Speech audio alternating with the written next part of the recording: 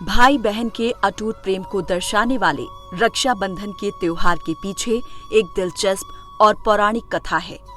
पौराणिक कथा के अनुसार जब राजा बलि अश्वमेघ यज्ञ करा रहे थे, उस समय भगवान विष्णु ने राजा बलि को छलने के लिए वामन अवतार लिया और राजा बलि से 3 पग धरती दान में मांगी।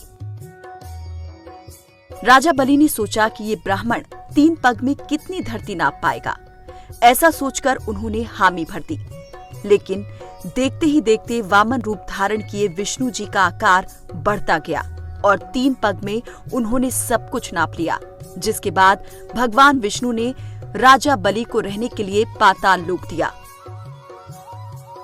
कहा जाता है कि राजा बलि ने पाताल लोक में रहना स्वीकार तो कर लिया, लेकिन दानवीर बलि ने कहा कि मुझे आपसे एक वचन चाहिए। भगवान विष्णु इस पर राजी हो गए।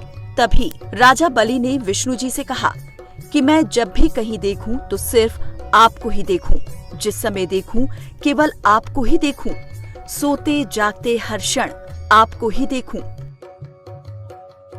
अपने वचन के अनुसार भगवान ने ये वरदान दे दिया। उधर लक्ष्मी जी को अपने स्वामी की चिंता होने लगी। उसी समय भ्रमण करते हुए नारद जी बैकुंठ पहुंचे। लक्ष्मी जी ने पूछा कि हे देवर्षि, आप तो तीनों लोकों में भ्रमण करते हैं, क्या आपने नारायण को कहीं देखा है? लक्ष्मी जी के इस प्रश्न पर देवर्षि ने सारी बात उन्हें बता दी और बताया कि नारायण पाताल लोक में राजा बलि के साथ उनके पहरेदार बनकर रह रहे हैं। इसके बाद लक्ष्मी जी ने नारद जी से पूछा कि नारायण जी को वापस लाने का क्या उपाय है। इस समस्या का हल बताते हुए देवर्षि ने कहा कि आप राजा बलि को भाई बना लीजिए और उनसे रक्षा का वचन ले लेना और रक्षा सूत्र बांधने के बाद दक्षिणा में नारायण को मांग लेना। नारद जी के सुझाव पर माता लक्ष्मी ने स्त्री का भेष धारण किया और रोते हुए पाताल लोक पहुंची।